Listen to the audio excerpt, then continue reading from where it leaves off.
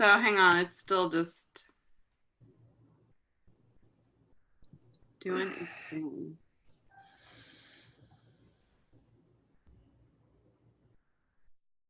I think it's live. It tells us it is. Let me go to my page. It just told me we were live on Facebook. Awesome. Okay. Hi, you guys. It is Amy Cadetto, and I'm so happy to have Jesse here today. As I told you about an hour ago, we were going to be here chatting about all things awesome, right? All the things that we're up to. And it's just such a pleasure to get to know you, honestly. Like, I love social media because it brings people that live literally on opposite sides of the country together to talk about things that really matter to us as individuals and help us, you know, transform people and educate Mhm. people, and then also be in community with each other, because together we're better. And like, I love talking to you, so thanks for being here. Yeah, thanks for having me. I'm excited. Yeah, Excited so for our you, chat. awesome. Yeah, will you tell us a little bit about what you do, Jesse? Yeah, so I run a company, or you could say a movement or a mission called Entrepreneurs in Recovery. And what that is, it's essentially me facilitating at treatment centers using the power of appreciative inquiry. And also it's like multifaceted, but it's really just adding value to people in addiction recovery by helping them to reach their full potential. And that could be through facilitation, it could be through coaching, it could be through speaking, it could be through doing Facebook lives like this, different ways to just get the information out there to people, tools and resources so that they can find ways to reach their full potential. I love it. And that's what Regroovin is all about. And something that I don't know if you know this, but SAMHSA actually put out some information just recently, I think in April, that that they've really figured out that the key missing ingredient to long-term sustainable recovery is finding their sense of purpose. Mm-hmm. So, like, things shift so much for us when we decide to like choose ourselves in this big way. And so I love what you're up to. And I know you've shared a little bit about me that you get to work with men and women, but the men that you've worked with, that just all of the, I mean, the word appreciate, it's like you're showing that to them in a way that maybe they're softening into, like they never have before in their whole life. Yeah. Appreciation, there's a saying, what you appreciate appreciates, right? And so appreciative, the work I'm doing, let's say at like a recovery center, is it's helping them to appreciate their story because it's not all negative. A lot of times in addiction, uh, the person who is in addiction, they actually believe a lot of times when they're early on into their recovery that it's all negative, and it's not true. They have a lot of stories that they can share that are peak experiences, that is wisdom that they can offer because they at some point had some type of peak experience, and then they can share that, whether that's in a group that I facilitate or with another individual. And from that story of appreciation or a peak experience, um, we can pull out their strengths. Mm-hmm. And they don't realize that they have strengths, and we can pull that out, and then they can start to focus on those strengths so that there's some self-worth, and so that they can share those strengths with others. And then, it goes deeper. And then, from there, you can kind of, all right, well, cool. I have strengths. What do I want to do with my life in the next year, 3 years, 5 years? And then what are the action steps I'm going to take to get there? So it's, but it really starts with appreciation, and it starts with, cool, I have stories of key learnings and peak experiences I can share with others. I love that. Yeah, I love what you're up to. And this week is week one of what the Regroovin program is. That's been my theme on social media and just really sharing it. And what we do in week one is like becoming the ambassador of your own life. And how we do that is exactly how you talk about it. Like we go back and we look at the life map and where we've been and where the people have been. And not only to look at the great things that have happened, but also to look at those things that we overcame, that we, like the obstacles for me, the obstacles that I've overcome have been my biggest teachers. And while I was going through it, I was like, oh my gosh, I don't know if I can do this, but I'm here. And that's awesome. Yeah. Yeah. And I failed to mention that too. Like a lot of times the question is, what is an obstacle you overcame, a challenge, something you overcame? And so that's where every person in addiction can relate to, because you've definitely overcome lots of challenges and obstacles if you're in recovery. There's no question. So yeah, that's so important. Yeah, I love it. I love that we're just up to the same thing and that we're going to be able to thrive together, because it's awesome. So that I love what you put us into the first question. So you said recovery. I think that part of the reason that I'm doing this Regroovin Revolution and I'm bringing all of us together is because people don't understand. And the only way that we're going to transform or change the stigma around what addiction is, what recovery is if we talk about it. And, it takes courage to get out here and talk about our struggles, but you and I are committed to it and we're doing it. So what is addiction in your words? I mean, I could come up with my definition, but I love the definitions that are already out there by Dr. Gabor Mate has a great definition of addiction. And I'll just go ahead and tell you what that is. And then maybe I'll base mine around that, but that's what I've done. So Gabor Mate says that any addiction is any behavior that a person finds pleasure or relief in and craves, but suffers negative consequences and can't give it up. So that could be a lot of things.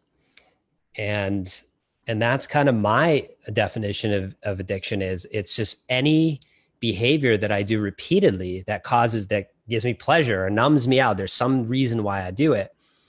But in time, it's going to cause me some consequences. So something is going to happen because of that, because I'm numbing out.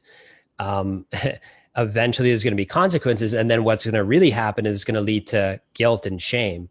And then I'm going to do the behavior again because of the guilt and shame, which is only going to repeat the cycle. Totally.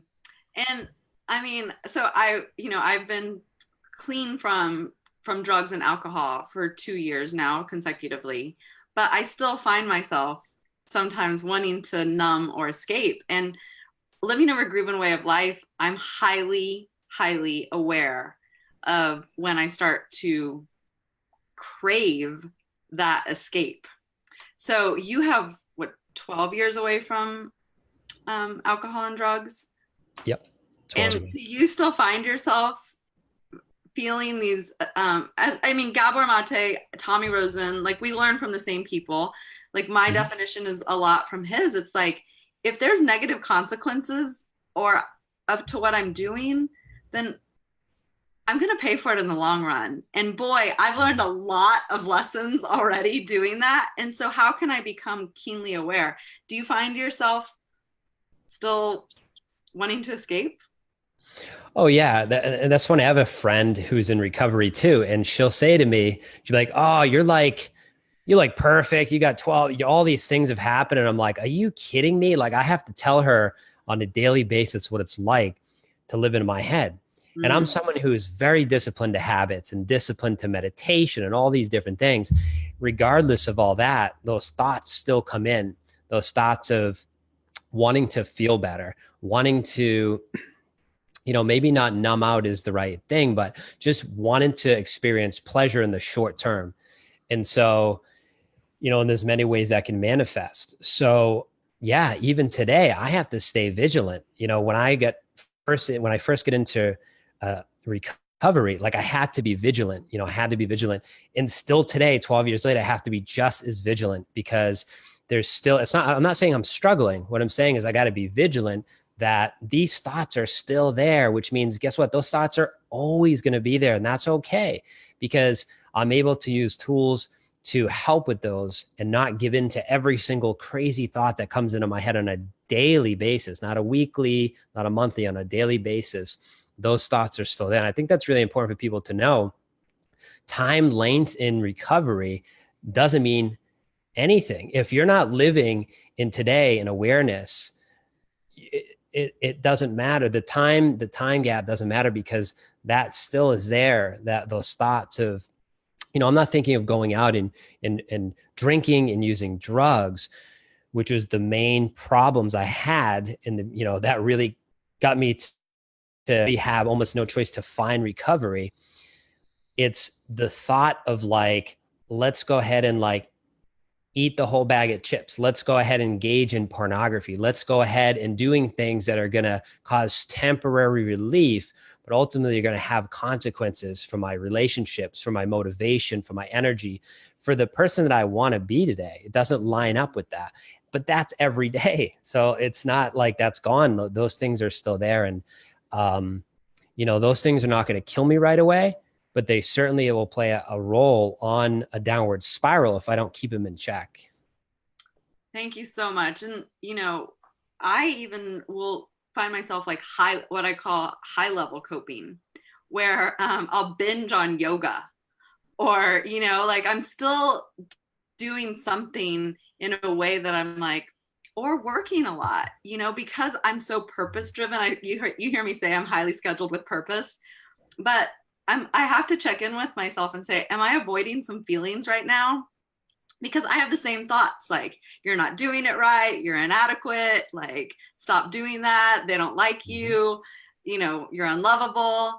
And what the Regroovin Revolution is really what we're doing is showing people that this is all very much human behavior.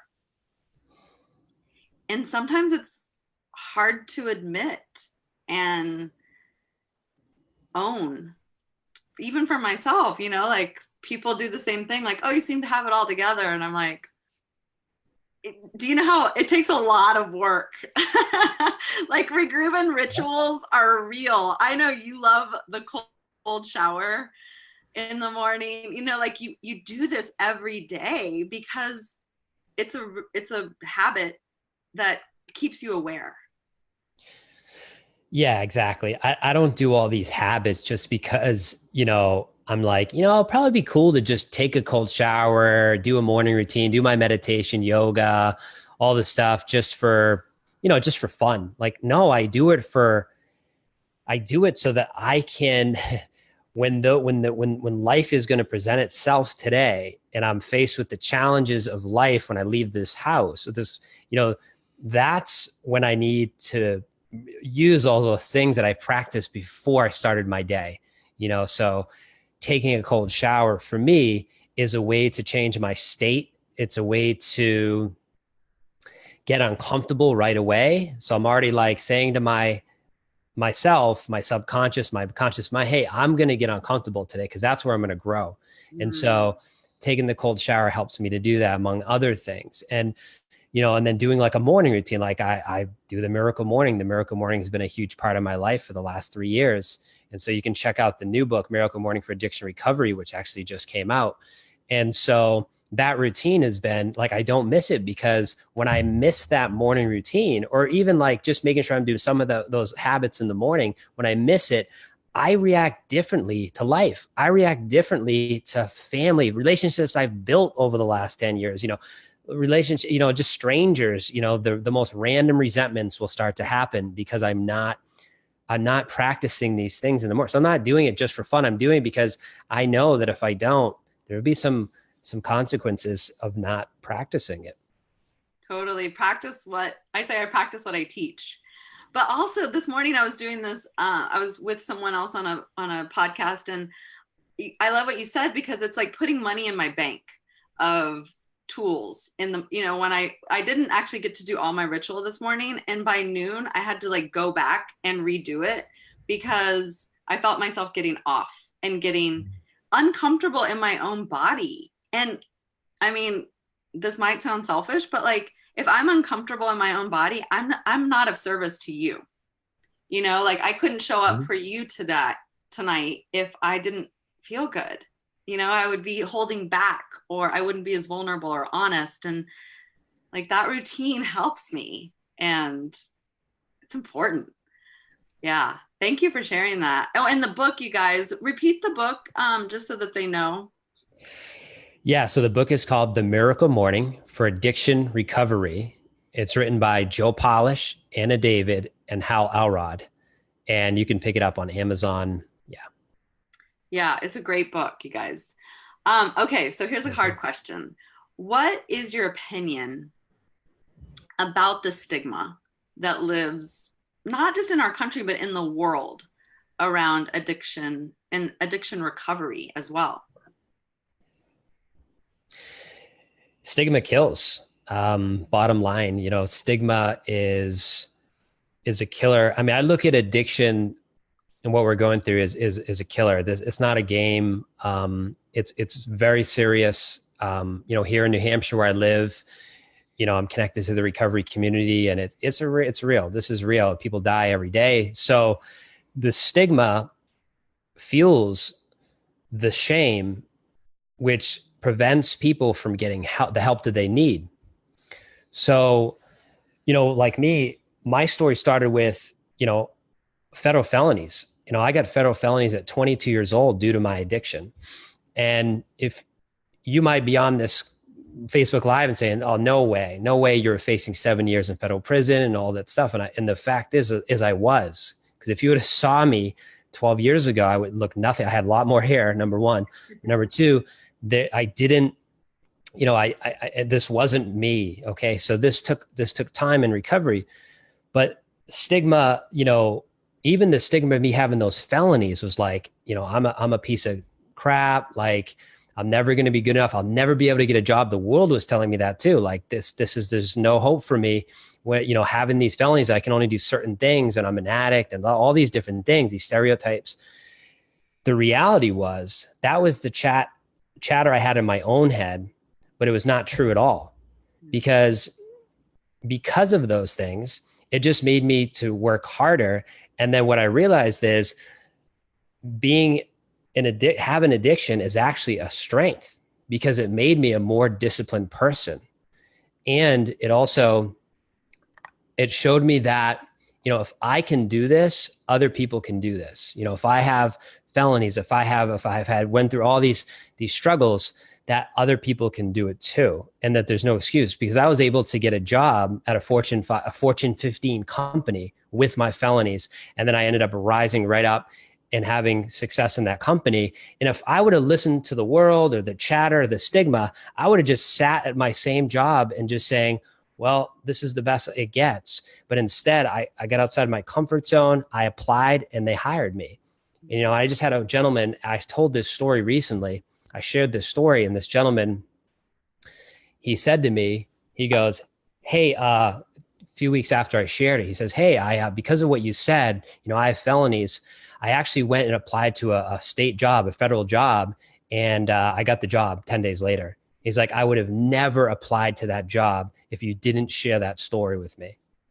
And now he's 3 months in, and he's already talking about the next level of his position. He's a civil engineer, and it's very, really powerful, because he would have just stuck with that shame and stigma of, I'm an addict, I'm a felon, all these labels. And, so that's why it's really important to overcome stigma, which I know we're going to get to that, is to share your story of recovery, because by not doing that, it's fueling the stigma. And so that's why, for me to share this, it's everything. And for you to do this, for you to have Regroovin and get out there and do these live Facebook lives and coach people in recovery, it's really important, because people don't know where we were 2 years ago, 12 years ago. They don't see that. So, seeing is believing for people, but the reality is it's not the case. So how are they going to get the message?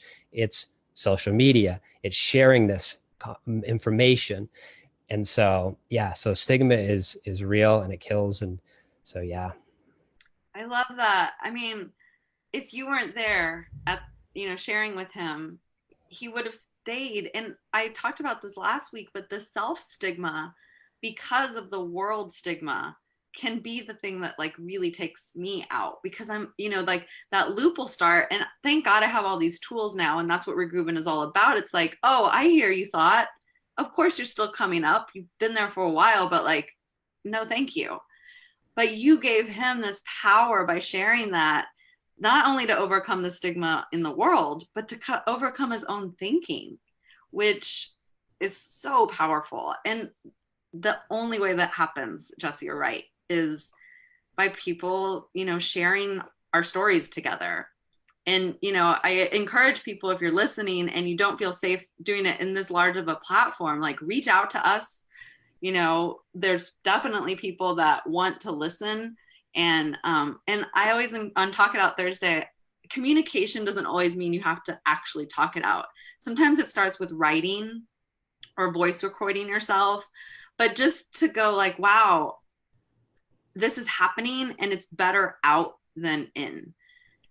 For me, I'll be honest, like the stigma was such a big part of why it took me so long to even admit that I had a problem, and this is crazy to admit it, but I think I would have maybe probably rather 2 years ago died than admit that I have a problem, because I wasn't doing well at it. Like I was like, I'm trying to get well, but I can't. And so to admit my failure was like the hardest thing to do. So thank you for bringing something up in me to share that, because that was real. Like the stigma was, I was so afraid of what my friends would think. And now I'm like on Facebook Live talking about this. And that's a miracle. That's a miracle. 100%. And so it's not everyone has to jump on a Facebook Live to talk about this story, but yeah, start by writing it out, write out your story, journal, do a daily journal, write it out. And yeah, find people that you can share it with and tell them what you're struggling with, because more than likely you're not unique, and that someone's been there before, and someone's going to be able to hear what you have to say and be like, yeah, yep, I get it. And so to share that, but if people don't know that there's help, if people don't know because they feel different, because they have these circumstances, this trauma that happened, this charges that you have, all these things have happened. If people don't hear that, they don't know. If they're not reading the books that maybe someone have shared a story in a book, they're not going to hear it. So, that's why I Regroovin and Entrepreneurs Recovery, to have a platform where we can be more vocal about like, hey, yeah, I failed hundreds of times, colossal failures that cost me nearly everything, nearly my life. But I can tell you that I've learned from it, and you can too. You can actually thrive in recovery. You can actually reach your full potential and do things you never thought of. And if you don't believe us, well, let me show you some people who have, because it's not just me. I can tell you about my friends who are doing the same thing, doing the same exact thing. And these were some serious people who struggled big time with you name it, heroin, just, it doesn't matter. And now they're living a life that is like a Regroovin lifestyle, or what, a thriving lifestyle that they're living. And, I see that, but people don't see that. And so, yeah, I think it's just really important to share authentically and share what happened. And, for instance, I was in a job for 13 years and I really ever told anyone that I was in recovery, and that's so ridiculous that I was, for me, this is just for me, that like, I never, and so the few people that I did tell, what happened? They end up reaching out to me. And that was a handful. So imagine if I told 100 people, all of it, it's like, there's a time and a place, right? And some people can't do it because maybe the job, they'll look down upon that, which adds another layer of stigma. But, I look back now and I'm like, wow, I'm so grateful I told who I told. But like, now I'm out there big time. My old job, like they see me now, LinkedIn, all these places, they know what I'm doing now. And it's great. And some have reached out to me and told me about family members struggling with addiction and stuff. And for me, that's what it's all about. Yeah. And I want to go back to the original definition, because some people have been reaching out to me and their addiction is like a codependence, or they're wondering if they're addicted.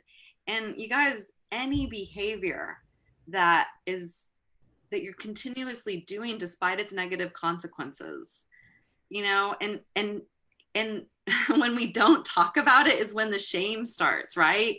You're like, oh gosh, I'm still doing this, but I don't want to tell anybody. And like, that's where the stigma really starts to layer up, because it lives in the shame.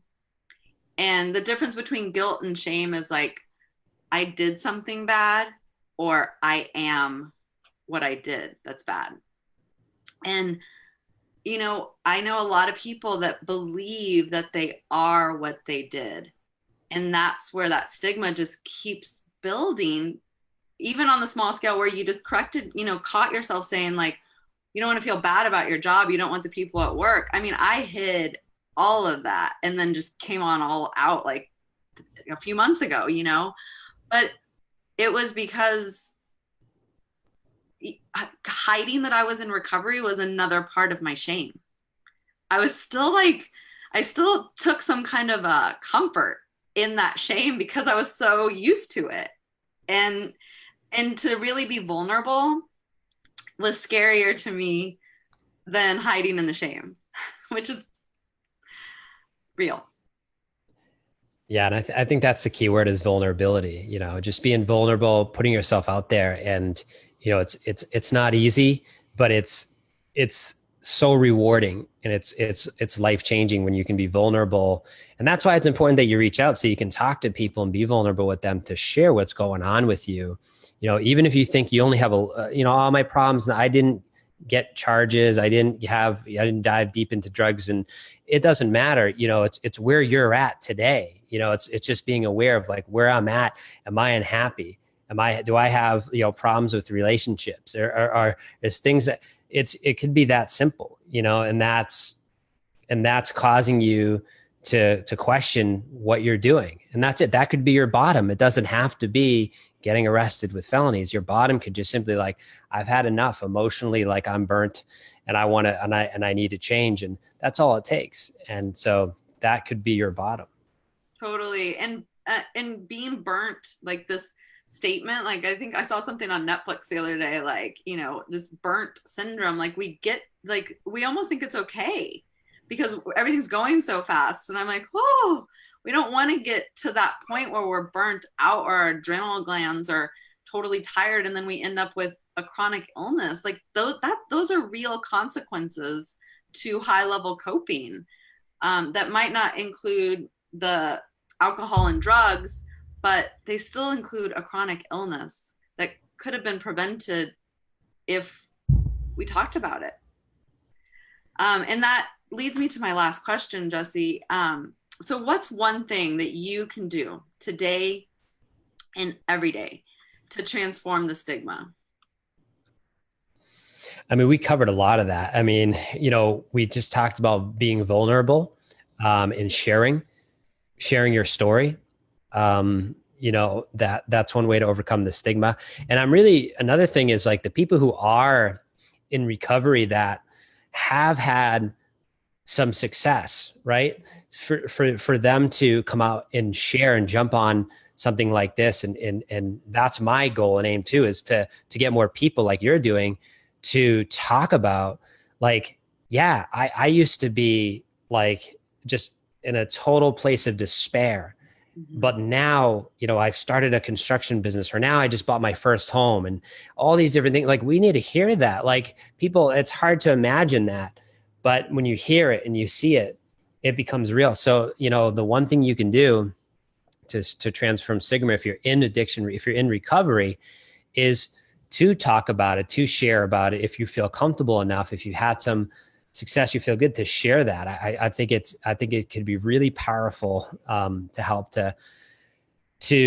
with the stigma. And I think, I don't know, that's for me. That's why I started what I started with Entrepreneurs Recovery, and doing what you're doing is, you know, interviewing people who are entrepreneurs who have these stories of addiction. Like, how did you get there? Like, how did you get out of that place of darkness or despair and addiction? what tools did you use to get out of that? And then how did you get your first coach, or how did you get to become an entrepreneur? And then, because, the reality is most entrepreneurs are self-made. I think it's like 80% of entrepreneurs, or is it millionaires? Maybe I'm mixing this up, are self-made millionaires. And right. So we're not, we have that ability. So if I'm interviewing someone who's an entrepreneur in recovery, or we're interviewing each other, that right there is doing something to transform the stigma, to show that, whether it's me with federal felonies, and look at, I started my own business. I ended up working for a Fortune 15 company and had a lot of success. And now I'm doing what I love. I'm living my purpose. It's possible for everyone. And there's no, like, I didn't have all this money or a rich uncle, none of that. Like I still made it happen. We made it happen. And it means that other people can do it too. And it's showing by actions how we can overcome and transform the stigma, but we got to do it, together as a whole. Together we're better. And so you guys that are watching and feel, please share this. Like, we want this to be shared on social media. Jesse and I are being of service in this way of sharing our ideas, and also, what we do, because I am such a work in progress, like, but I'm also an amazing coach and an amazing yoga teacher and a brilliant friend. And, like I can show up in many capacities, but the first capacity I show up in is with humility, that like, it takes work. And we have a large charge here, transforming the stigma is not going to be easy, but the more conversation we have about it, the less scary it is. It's not always just this bum that you don't make eye contact with on the side of the street. It's people like you and I that look like this today that really were in a lot of despair, not too long ago. And I can quickly be in the same despair in my thinking, so if I don't reach out and just sometimes send somebody a message and just be like, hey, my mind's like racing, do you have a second to talk? That's being honest. And that's what I do. That's my big charge, is just to be as vulnerable as possible, even though I feel like I might die sometimes from being vulnerable. I haven't died yet. Yeah. I couldn't agree more. Yeah. Is there anything you want to leave us with before we sign out here? Well, it just came to me. I think it's really important to build like your recovery team. So start with building people who are going to support your decision to be in recovery, because you might be in that shame now and you're like, who can I talk to? Well, find those people that you write and make a list of 5 people that could become your recovery team that would support your decision to seek out help, and who are going to support you 100%. So. Absolutely. And you guys, with the addictive behaviors, it's the same thing. It's like, I have so many people that come to me from the health coaching perspective, like I really want to lose weight, but the 5 people around them are not supportive of that. And we are like the 5 people. That's just a proven fact. The 5 people that we choose to surround ourselves with is who we're most like.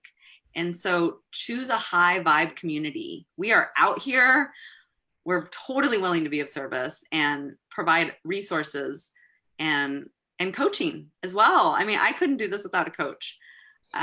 It's super important to my well-being, and to also pushing me past my limits, because I'll get comfortable and, stay there for a second. But my coach is like, hey, what are you doing? You said you were going to do this, like, and I like that. For me, accountability is really important. 100%. Awesome. Super important. Yeah. So listen, you guys, Jesse, how can we find you? So you can go to entrepreneursinrecovery.com. You can go to jesseharless.com and send me an email, send me a message, and I'd love to hear from you. So. Awesome. All right. It's been a pleasure. Thank you so much for staying up late. I'm messing up your nighttime ritual, but I appreciate you very much. And I'll look forward to seeing you outside of this. Absolutely. Thanks for having me. Yeah, you got it. Bye. Bye.